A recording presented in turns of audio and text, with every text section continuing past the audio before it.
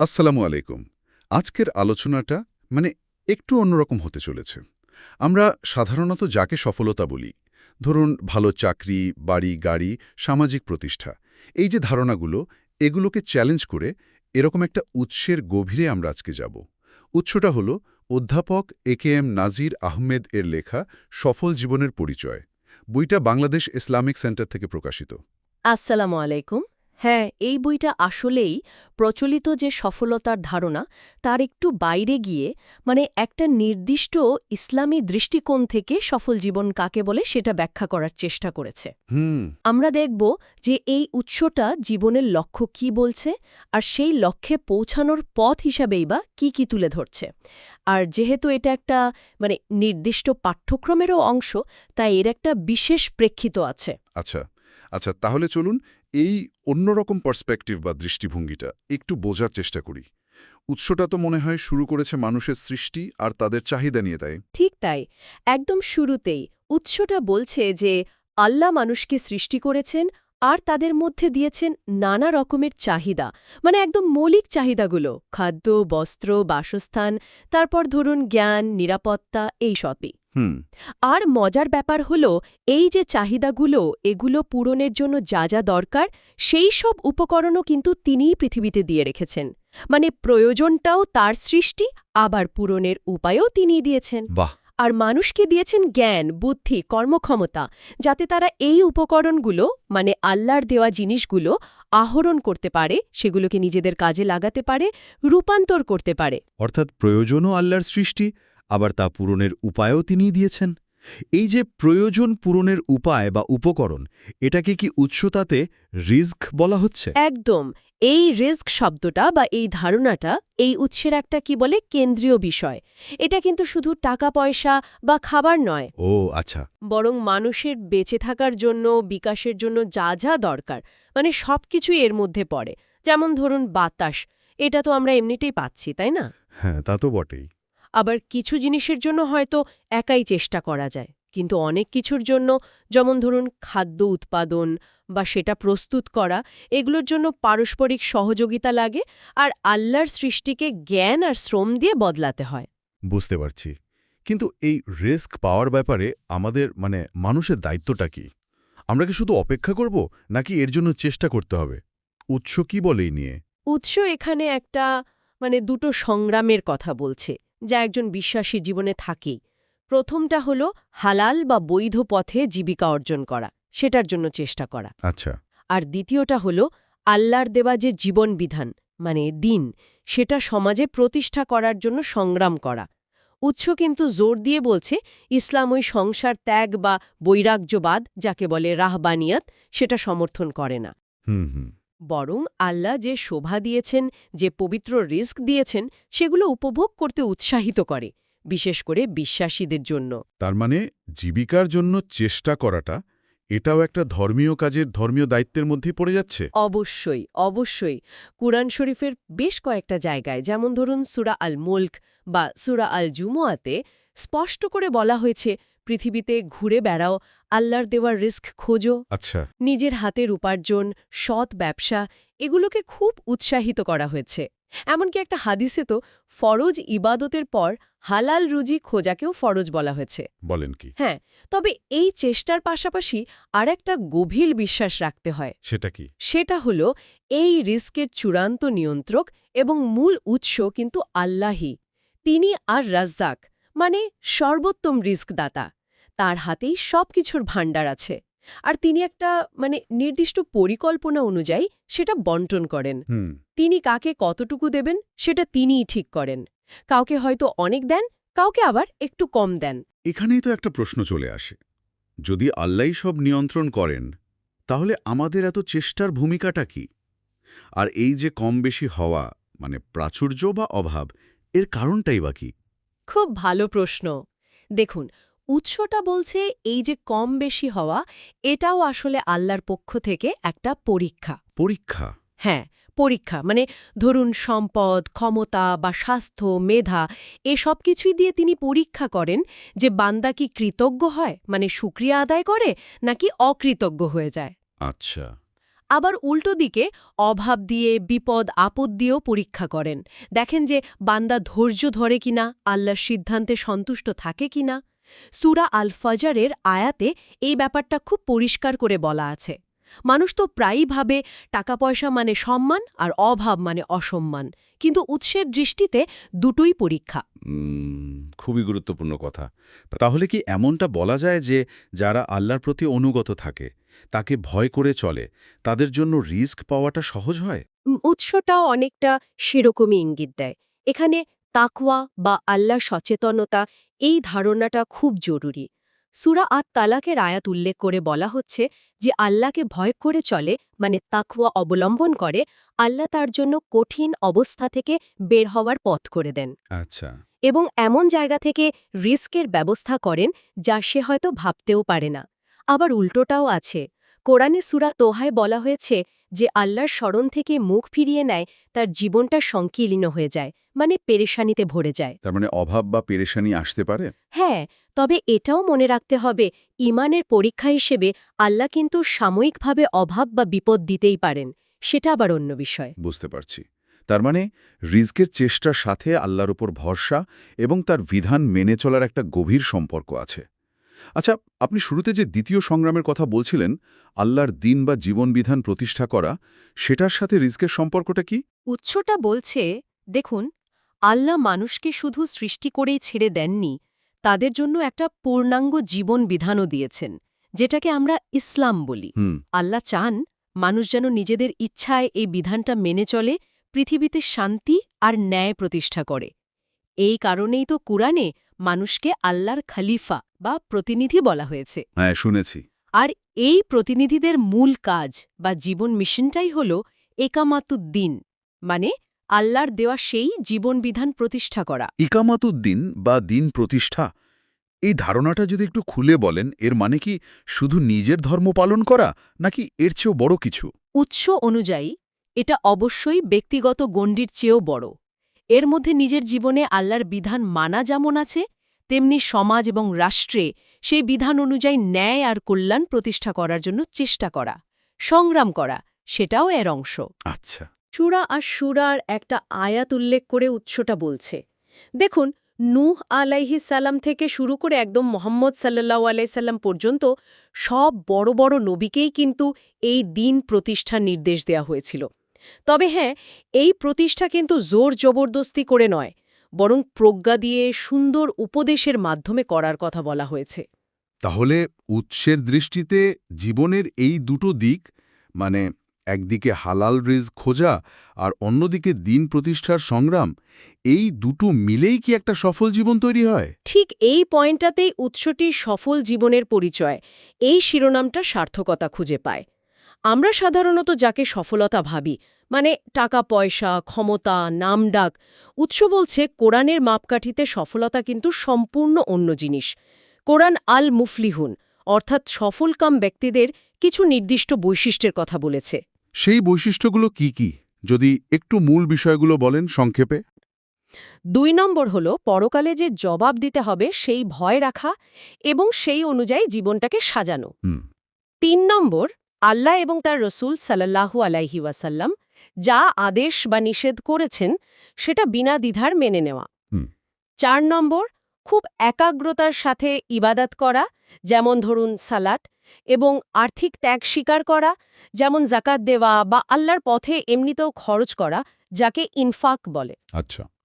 ৫ নম্বর হল ওই যে বললাম, দিন প্রতিষ্ঠার সংগ্রামে লেগে থাকা, ধৈর্য ধরা, ভালো কাজের আদেশ দেওয়া আর অন্যায় কাজে বাধা দেওয়া। হুম। আর ৬ নম্বর যদি বলি, সেটা হলো ভালো চরিত্র বজায় রাখা, যেমন আমানত রক্ষা করা, কথা দিলে কথা রাখা, ফালতু কাজ থেকে দূরে থাকা, লজ্জাস্থান হেফাজত করা, এইসব। এই যে তালিকাটা বললেন, এখানে কিন্তু সরাসরি টাকা পয়সা বা ক্ষমতার কথা নেই, বরং বিশ্বাস, কাজ আর চরিত্রের উপরই বেশি জোর দেওয়া হয়েছে। একদম, এটাই উৎসের অন্যতম প্রধান বার্তা। কোরআন কিন্তু কোথাও বলেনি যে সফল হতে হলে আপনাকে ধনী হতেই হবে বা বিরাট ক্ষমতাধর হতে হবে, বরং ঈমান, তাকওয়া মানে আল্লাহ সচেতনতা আর নেক আমল বা ভালো কাজ, এগুলোকেই সফলতার চাবিকাঠি বলা হয়েছে। কিন্তু মানুষের মনে তো দুনিয়ার জিনিসের প্রতি একটা টান থাকেই, যেমন ধরুন পরিবার পরিজন, সন্তান সন্ততি, ধন সম্পদ। এই আকর্ষণটাকে উৎসটা কিভাবে দেখে? উৎসটা এটা স্বীকার করে যে এই টান বা আকর্ষণগুলো স্বাভাবিক, মানুষ হিসেবে এগুলো থাকবেই। কিন্তু বিপদটা হয় কখন? যখন এই দুনিয়াপ্রীতি বা দুনিয়ার মোহটা মানুষকে তার আসল লক্ষ্য থেকে ভুলিয়ে দেয়, মানে আখিরাত বা পরকালের কথা ভুলিয়ে দেয়। হুম। কোরআন তো দুনিয়ার জীবনকে কি বলেছে? বলেছে এটা হলো খেলা তামাশা, অল্প কদিনের ভোগ, বাইরের চাকচিক্য, একে অপরের সাথে গৌরব আর অহংকারের প্রতিযোগিতা। আসল জীবন, মানে স্থায়ী জীবন, সেটা তো হলো আখিরাতের জীবন। তার মানে ধন সম্পদ বা সন্তান সন্ততি নিজেরা খারাপ নয়, কিন্তু এগুলো যেন জীবনের মূল লক্ষ্য হয়ে না যায়। এগুলোকেও কি এক ধরনের পরীক্ষা বলা হয়েছে? হ্যাঁ, উৎস ঠিক সেভাবেই ব্যাখ্যা করে। কোরআনের আয়াত আছে, যেমন ধরুন সূরা আত-তাগাবুনে, যেখানে বলা হয়েছে এগুলো ফিতনা, মানে পরীক্ষা। দেখতে হবে যে মানুষ এগুলোর মোহে পড়ে আল্লাহকে ভুলে যায়, নাকি এগুলোকে আল্লাহর নেয়ামত হিসাবে নেয় আর আল্লাহর পথেই ঠিকঠাক ব্যবহার করে। আচ্ছা। হাদিসে তো অর্থ সম্পদকে উম্মতের জন্য একটা বিরাট পরীক্ষা বলা হয়েছে। এমনকি একটা হাদিসে আছে, জাতি হিসাবে দুর্বল হয়ে পড়ার কারণ হিসাবেও এই দুনিয়ার প্রতি ভালোবাসা আর মৃত্যুকে অপছন্দ করা, ওয়াহান, এই দুটো জিনিসের কথা বলা হয়েছে। তাহলে সমাধানটা কি? মানে দুনিয়ার প্রয়োজনও তো মেটাতে হবে, আবার আখিরাতের প্রস্তুতিও নিতে হবে। এই ভারসাম্যটা কিভাবে হবে? ইসলামকে একেবারে দারিদ্র্যকে ভালো বলে? না না, উৎস কিন্তু তা বলছে না। ইসলাম দারিদ্র্যকে উৎসাহিত করে না, বরং নিজের আর পরিবারের মৌলিক প্রয়োজন পূরণের জন্য হালাল পথে উপার্জন করতে জোর দেয়। কিন্তু যেটা নিরুৎসাহিত করে সেটা হলো সম্পদের পিছনে অন্ধের মতো ছোটা, সীমাহীন লোভ করা। কোরআনে এটাকে আত্মাকাসুর বা প্রাচুর্যের প্রতিযোগিতা বলা হয়েছে, যা মানুষকে কবর পর্যন্ত ভুলিয়ে রাখে। তাকাসুর। হাদিসেও আছে না, মানুষের চাহিদা এত বেশি যে যদি তাকে স্বর্ণে ভরা দুটো উপত্যকাও দেওয়া হয়, সে তৃতীয় আরেকটা চাইবে। হ্যাঁ, ঠিক। তাহলে ভারসাম্যটা কোথায়? জীবনটা কেমন হওয়া উচিত? ভারসাম্যটা হল অনাড়ম্বর জীবন আর কনাত, মানে অল্পে তুষ্টি, এর মধ্যে।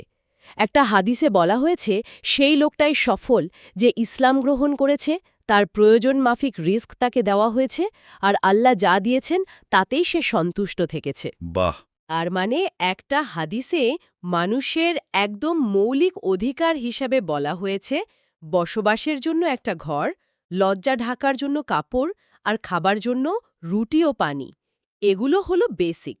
তবে হ্যাঁ, প্রশস্ত ঘর, ভালো প্রতিবেশী বা আরামদায়ক বাহন, এগুলোকে আবার সৌভাগ্যের লক্ষণও বলা হয়েছে। তার মানে একেবারে ফকিরের মতো থাকতে হবে তা নয়, আবার খুব বিলাসী জীবনও নয়, এরকম একটা মাঝামাঝি পথ। ঠিক ধরেছেন। আল্লাহ যদি সম্পদ দেন, তাহলে তার প্রভাব থাকা, মানে একটু ভালো থাকা, পরিপাটি থাকা, এটা ভালো।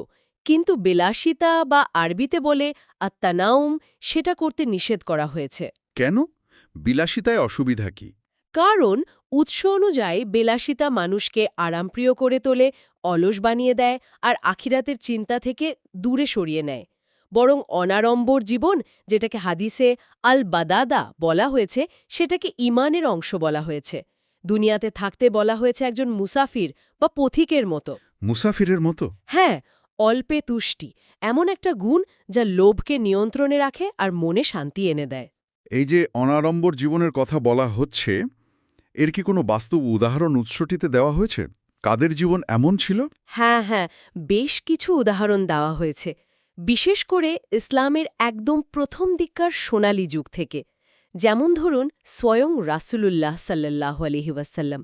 তিনি তৎকালীন আরবের সবচেয়ে প্রভাবশালী ব্যক্তি, ফ্যাক্টিক্যালি রাষ্ট্রপ্রধান, কিন্তু তার জীবন ছিল অসম্ভব সাধারণ। কেমন ছিল তার জীবন? তার ঘর ছিল খুব ছোট, বিছানা ছিল খেজুরের ছোবড়া ভরা চামড়ার, খাবার ছিল খুবই সাদাসিদে। আচ্ছা, আচ্ছা। আর খলিফাদের জীবন, যেমন আবু বকর রাদিয়াল্লাহু তাআলা আনহু বা উমর রাদিয়াল্লাহু তাআলা আনহু, তারা তো শাসক ছিলেন। আবু বকর রাদিয়াল্লাহু তাআলা আনহু তো ইসলাম গ্রহণের আগে বেশ ধনী ব্যবসায়ী ছিলেন, কিন্তু পরে প্রায় সবকিছুই তিনি ইসলামের জন্য খরচ করে ফেলেন। খলিফা হওয়ার পর রাষ্ট্রীয় কোষাগার থেকে খুব সামান্য ভাতা নিতেন আর ভীষণ সাদাসিদে জীবন কাটাতেন। আর উমর রাদিয়াল্লাহু তাআলা আনহু?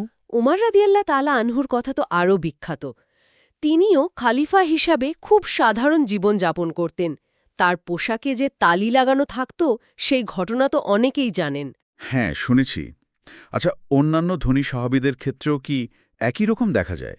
মানে যারা ব্যবসায়ী ছিলেন বা যাদের সম্পদ ছিল? উৎসটা তো সেরকমই বলছে। যেমন ধরুন উসমান রাদিয়াল্লাহু তাআলা আনহু, তিনি অনেক ধনী ছিলেন, কিন্তু তাকে বিলাসী বলা যাবে না। তিনি প্রচুর দান করতেন, মসজিদ তৈরিতে, পানির কূপ খননে, তাবুকের যুদ্ধের সময় প্রচুর অর্থ আর উট দিয়েছিলেন তিনি। হুম। আলী রাদিয়াল্লাহু তাআলা আনহু জ্ঞান চর্চায় মগ্ন থাকতেন, খুব সাধারণ জীবন ছিল তার। তালহা রাদিয়াল্লাহু তাআলা আনহু বা জুবাইর রাদিয়াল্লাহু তাআলা আনহুর মতো ধনী ব্যবসায়ীরাও ছিলেন অসম্ভব দানশীল আর নিজেরা খুবই অনাড়ম্বর জীবন কাটাতেন। এই উদাহরণগুলো আসলে এটাই দেখায় যে তাদের মূল ফোকাসটা ছিল আখিরাত, দুনিয়াটা নয়। তাহলে তো পরিষ্কার বোঝা যাচ্ছে উৎসটির মূল ফোকাস বা মনোযোগটা আসলে আখিরাত বা পরকালীন জীবনের সফলতার দিকেই। এই আখিরাতের জীবন সম্পর্কে উৎসটি কি ধারণা দেয়, মানে কি হবে সেখানে? উৎসটি মৃত্যুর পরের জীবনের একটা মোটামুটি চিত্র তুলে ধরেছে। যেমন মৃত্যুর পরে কবরের জীবন, তারপর একদিন পৃথিবী ধ্বংস হয়ে যাবে, কিয়ামত হবে এবং সবশেষে আবার সবাইকে জীবিত করা হবে, মানে পুনরুত্থান। আর তারপর হবে চূড়ান্ত বিচার, ইয়াউমুল হিসাব। হিসাবের দিন। হ্যাঁ, হিসাবের দিন। সেদিন প্রত্যেককে তার সারা জীবনের কাজের একটা রিপোর্ট কার্ড বা আমলনামা দেওয়া হবে, আর মানুষ তার নিজের হাত, পা, চোখ, কান এগুলো সাক্ষ্যের মুখোমুখি হবে। মানে অঙ্গ প্রত্যঙ্গই বলে দেবে সে কি করেছিল।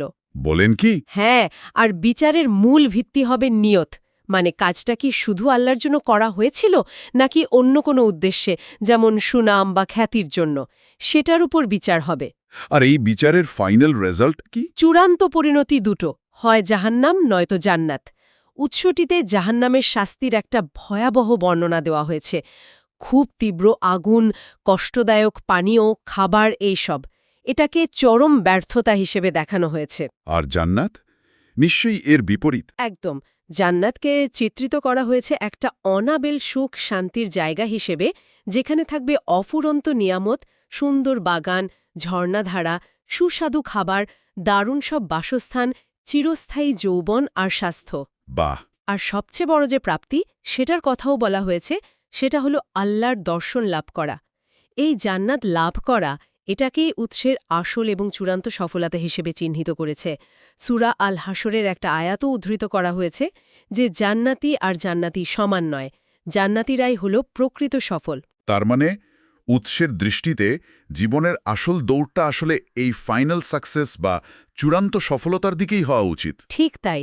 উৎসটি আসলে কোরআনের সেই আহ্বানটাকেই তুলে ধরেছে, যেখানে বলা হয়েছে আল্লাহর ক্ষমা আর জান্নাতের দিকে দৌড়ে যেতে, মানে প্রতিযোগিতা করতে, যেমন সূরা আলে ইমরান বা সূরা আল হাদিদে আছে। একটা খুব গুরুত্বপূর্ণ হাদিসের কথাও বলা হয়েছে যে বুদ্ধিমান সে হল সেই লোক যে নিজেকে নিয়ন্ত্রণ করে, মানে নাফসের বা প্রবৃত্তির গোলামি করে না এবং পরকালের জন্য কাজ করে। আর বোকা হল সে যে নিজের প্রবৃত্তির পিছেই ছোটে, আবার আল্লাহর কাছে ক্ষমা আর দয়ার আশাও করে। তাহলে পুরো আলোচনার সারমর্ম যদি করি, তাহলে যা দাঁড়াচ্ছে, এই উৎস অনুসারে জীবনের আসল সফলতা প্রচলিত জাগতিক মাপকাঠিতে নয়, টাকা, ক্ষমতা বা খ্যাতিতে নয়, বরং এটা নির্ভর করে আল্লাহর প্রতি খাঁটি বিশ্বাস আর আনুগত্য, তার দেওয়া জীবনবিধান প্রতিষ্ঠার চেষ্টা, ভালো চরিত্র গঠন, দুনিয়ার প্রতি একটা নির্মোহ ভাব আর অনাড়ম্বর জীবনযাপন, এবং সবশেষে পরকালীন মুক্তি বা জান্নাত লাভের মধ্যেই আসল সফলতা নিহিত। এক কথায় বললে হ্যাঁ, এটাই মূল কথা। জীবনটাকে একটা অনেক বড়, মানে পারলৌকিক দৃষ্টিকোণ থেকে দেখতে উৎসাহিত করে এই উৎস, যেখানে দুনিয়ার জীবনটা হলো আসলে আখেরাতের জন্য প্রস্তুতি নেওয়ার একটা জায়গা। হালাল উপার্জন অবশ্যই জরুরি, কিন্তু দুনিয়ার মোহে এমনভাবে জড়িয়ে যাওয়া ঠিক না যাতে আসল লক্ষ্যটাই ভুলে যেতে হয়। সেটা বিপজ্জনক। আলোচনাটা শেষ করার আগে একটা প্রশ্ন মনে আসছে। আজকের এই যে দুনিয়া, মানে চরম ভোগবাদী, ভীষণ বস্তুবাদী আর মারাত্মক প্রতিযোগিতামূলক একটা বিশ্ব, যেখানে সফলতার সংজ্ঞা মানেই যেন শুধু টাকা আর খ্যাতি, সেখানে এই উৎসে যে জীবনের ছবি আঁকা হলো, মানে অনাড়ম্বর জীবন, অল্পে তুষ্টি, আখিরাতমুখী হওয়া, এই ধারণাগুলো আসলে কতটা বাস্তবসম্মত? ব্যক্তি জীবনে বা সমাজ জীবনে এর প্রয়োগ কতটুকু সম্ভব? এটা কিন্তু আসলেই একটা ভাবনার বিষয়। অবশ্যই ভাবনার বিষয়। এখানেই শেষ করছি, আজকের মতো সমাপ্ত।